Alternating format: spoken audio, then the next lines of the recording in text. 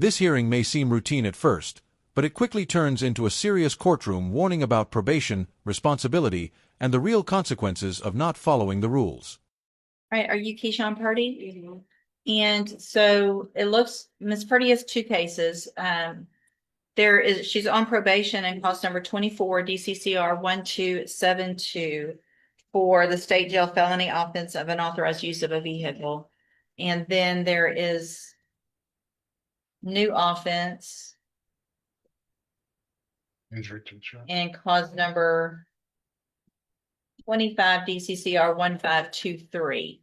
And we had Ms.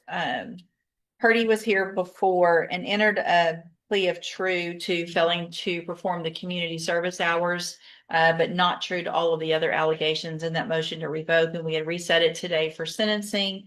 And I got that updated pre-sentence report. It's my understanding that you guys have now reached an agreement for both of the cases. Is that correct? Yes, Your Honor. Yes, Your Honor. And good morning, ma'am. Thank you for being here. Probation is here for the record.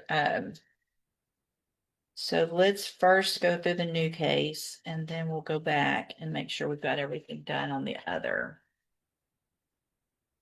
Will she waive the formal reading of the indictment? So moved.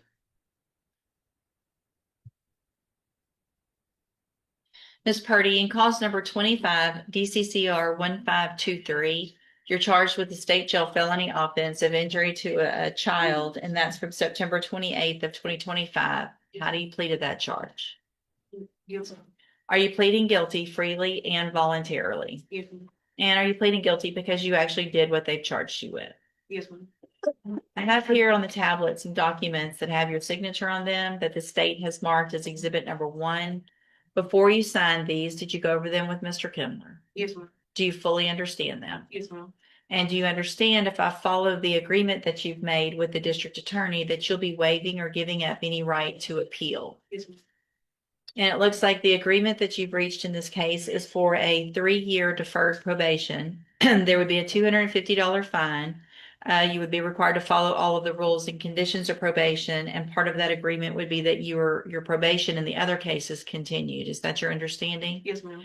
Do you also understand, if you're not a U.S. citizen, that a plea of guilty or no contest may result in your deportation, exclusion from admission to the country, or denial of naturalization under federal law? Yes, ma'am. State tenders number 1. Without objection. It's admitted. Is there any evidence that Ms. Purdy is not competent? I've observed no evidence of her incompetence. I believe her to be competent. Okay, thank you. I'm just,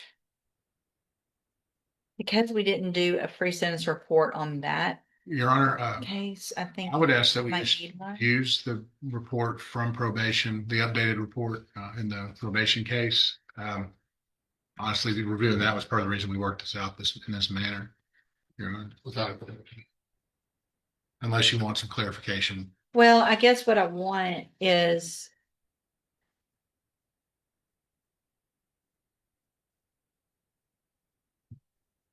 so this updated report addresses some things about the batter's intervention and things like that, but not the fact that she was discharged from drop after not showing up. And so apparently if there is a drug issue, I want to know how we are going to address that. Any suggestions before I make She's my currently on the drug patch okay? because of her discharge from drop. Have there been any positives since she's had the drug patch? That's good.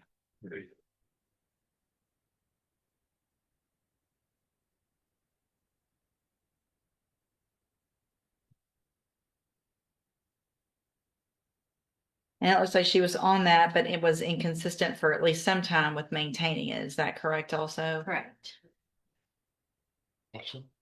I was working day and night and mixing up days. Can't mix up days when you're on felony probation, Yes, ma'am. right? Yes, ma'am. I mean, and I don't mean to say this flippantly at all, but I mean, if you end up messing up again, and I go along with this now, and you mess up, your days and nights are going to be a whole lot different. Yes, ma'am. You'll know exactly when it is because somebody else is going to tell you when to wake up. Somebody else is going to tell you when to go to bed, all those types of things. And that's not what you want. And that's not what we want for you. but you have to follow through with everything on probation. You don't get to pick and choose. You don't get to say, I got my days mixed up. It's obviously very important based on the nature of what you're charged with, based on what you're on probation for already, that we make sure that you're not using anything you're not supposed to. So then what I'm going to do in 25 DCCR 1523 is waive the pre-sentence report since we have that update and probation's here and willing to work with you. I'm going to find that you entered your plea of guilty freely and voluntarily. Find that is there any evidence that she's not competent? No. Right. Find that you're mentally competent and you understand the nature and the consequences of your plea.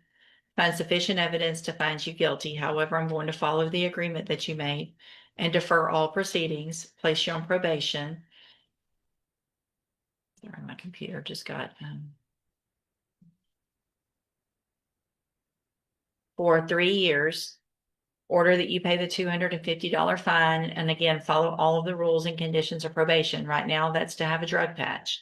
And whatever probation feels like is necessary to be able to make sure that you're clean. That's going to be part of your probation. If it's the drop program, then you got to get back in it and show up when they tell you. If it's the drug patch, you have to wear it at all times, get it changed when you're supposed to, and everything like that. You understand? Yes, ma'am. All right. So then let's go back through.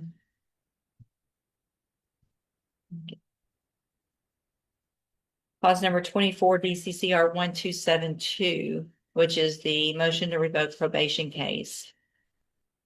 And go back through those allegations and get new pleas to those allegations.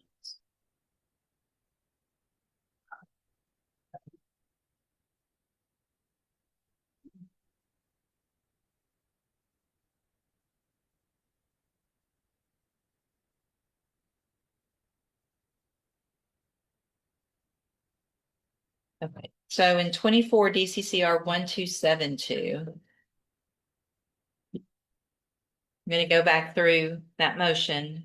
You previously entered a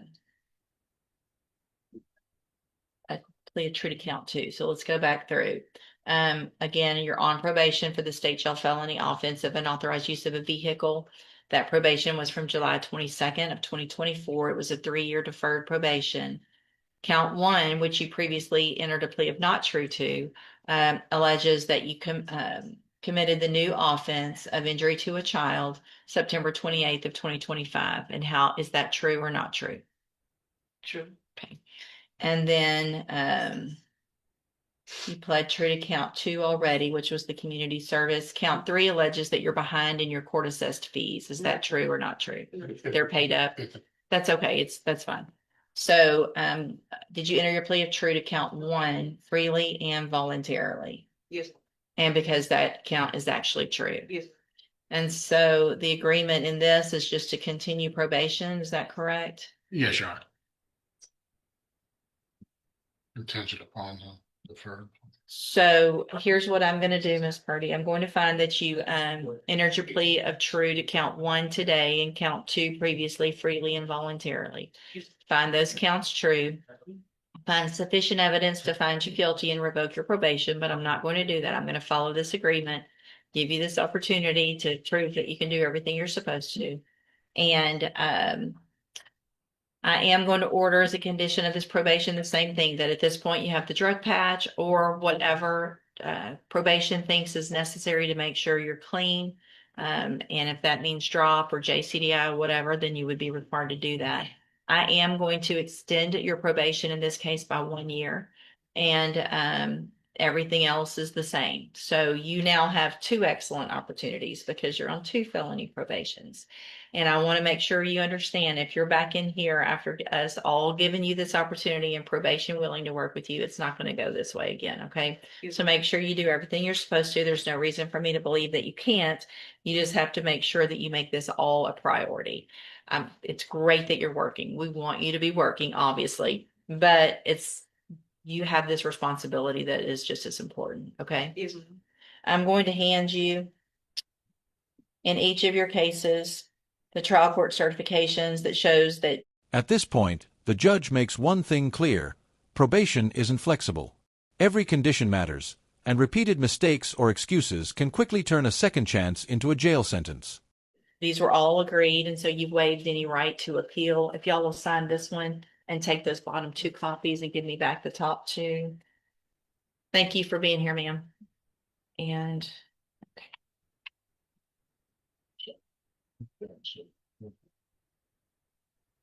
thank y'all for looking that up. Yes, sir. That's right. Okay. That's your copy. There you go. All right. Good luck to you, man. Thanks. So again, you're Darian Broussard.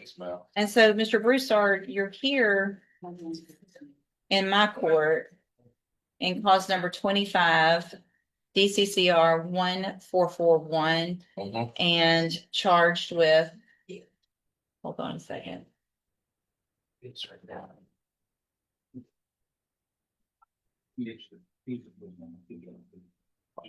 You're charged with a 3rd-degree felony offense of evading arrest or detention with the use of a vehicle. And I've given you some time to try to hire a lawyer. Well, hang on, that's not even what my biggest concern is at this point. Because you're already on misdemeanor probation. And for some reason, you've been testing positive for THC since last October while you were on that probation. And they let me know that, but I don't know why they haven't filed a motion or done anything about that. So I paid it off, and that's what the judge almost told me to pay it off, because he was like, I don't know why you're still going to probation. you're still going to probation because you're still using marijuana while you're on probation and while you have a felony court case pending, right? So I don't know what makes you think that that's okay, because it's not. And the fact that you were on probation and doing that, and now you're still doing it. I wasn't still doing it. I was telling my probation, I was smoking wax or resin, pure THC, and I was telling him that I was doing it 30 days. It was kind of hard to come out of my system still. And I told him I needed another 30 days. He said, all right, come back May the 7th. Because he was like, it was going out the system, but I don't know. But you've been doing it the whole time, right? Yeah, I was doing it the whole time. And then when I got out, I stopped. And it was still in. I got out, I went to jail. You got out. What'd you go to jail for? This? Yes, and I got out like 3 days after that. So you're telling me you haven't used since you've been to jail in this Yeah. case? And the only reason it's still in my system because I smoke wax in the bone, like liquid THC. Okay. And I explained that to my probation. I explained it to the superintendent. She was like, it probably take 120 days or so because it's pure THC.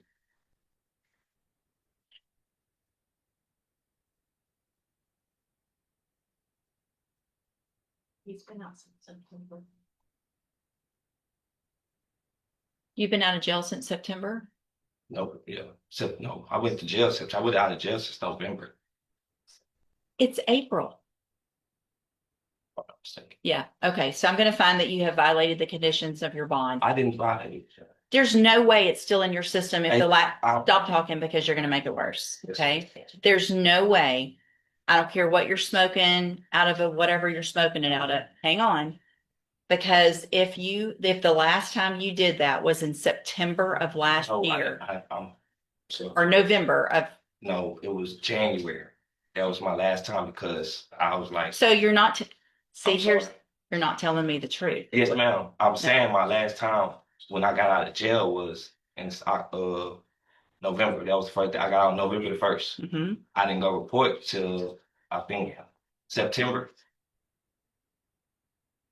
Yeah, September. And I pitched 30. And then I pitched 30 3 more times after that. And I told him, I was like, sir, I was smoking hardcore THC. I didn't smoke None of that would make you test positive today. I tested positive again. Why do you think we're having this conversation? Yes, you tested positive. Keep testing positive. Well, because you keep using. Come on now. Here's what we're going to do. I'm going to make sure that you're not using at least for some amount of time. I'm not using Miss West. I'm going to raise your bond for violating your bond conditions. The fact that you've been using while you're on probation and they let you keep going makes no sense to me. Hold on. Makes no sense to me at all. I'm going to raise your bond in your case for violating the condition of your bond. Hold on a second. to $50,000. Condition of that bond, if you make it, is that you will be required to have a drug patch on at all times. Told him that from the And- first time. I told him that. I said, I need a Listen. drug patch. I'm serious, Miss West. Okay, well, now you're gonna get one. So if a drug patch is what's gonna make you stop using, that doesn't make any sense No, either. I've been stopped. That's what I'm saying. Okay, I don't believe you, so I'm gonna make sure of That's that, understandable. because it doesn't make sense what you're telling me on the dates. So again, you have to have a drug patch on within 24 hours of your release if you make that bond. I'm not. And so if you don't make the bond, I can't afford it. you're going to get a court-appointed attorney. I will consider at some point, and we'll let that attorney know, reducing your bond back down after I know you have sat for some amount of time and not used. All right? You can go back with the bailiff. All right, you tested negative, Ms. Davis, which is obviously good. So tell me again where you are on being able to hire one of those attorneys. Are you gonna be able to afford one of those that you talked to? Yes, I want to say I have help with my father. It's just with the paying the bonds and stuff like Right. that. I have to honestly call him, and he said if I can get a bond reduction, he can be able to afford Right. it. Well, we're not gonna do that, but are you working? No, ma'am. Why not? Well, I went to jail. I was working. When did you get out of jail? I'm ready to say day. March, about March 2nd, maybe? Does that sound right?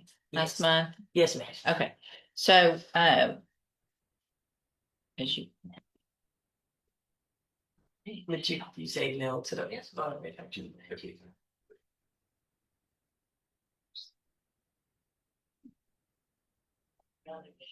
give me a minute to go back through some of this, so I can remind myself. Okay. So you tested positive in court in January.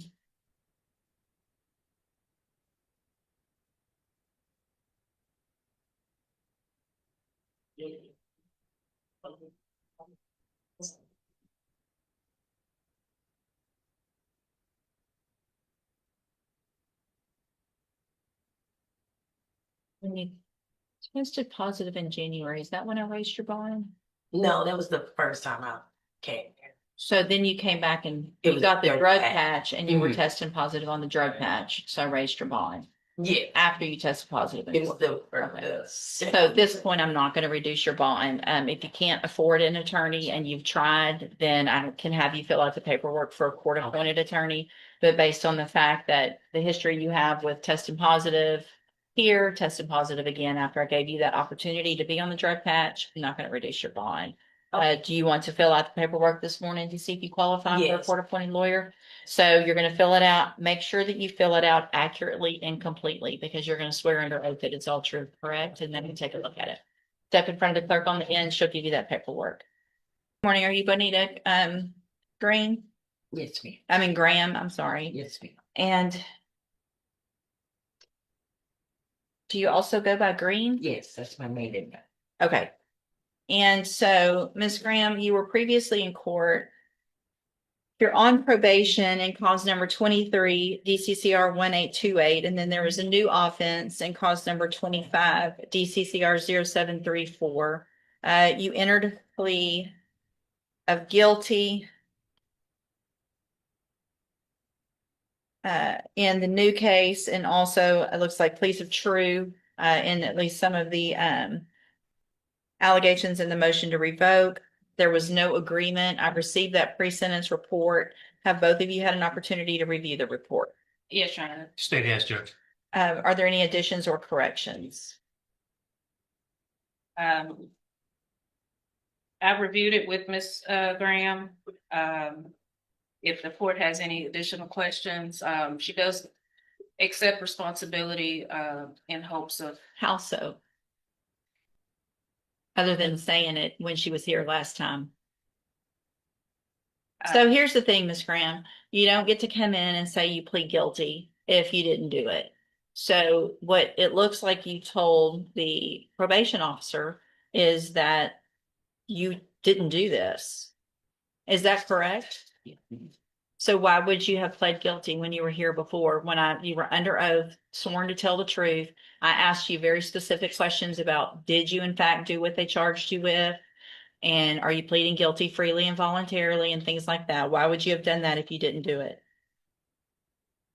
I think it was just a lot of fear of what would happen.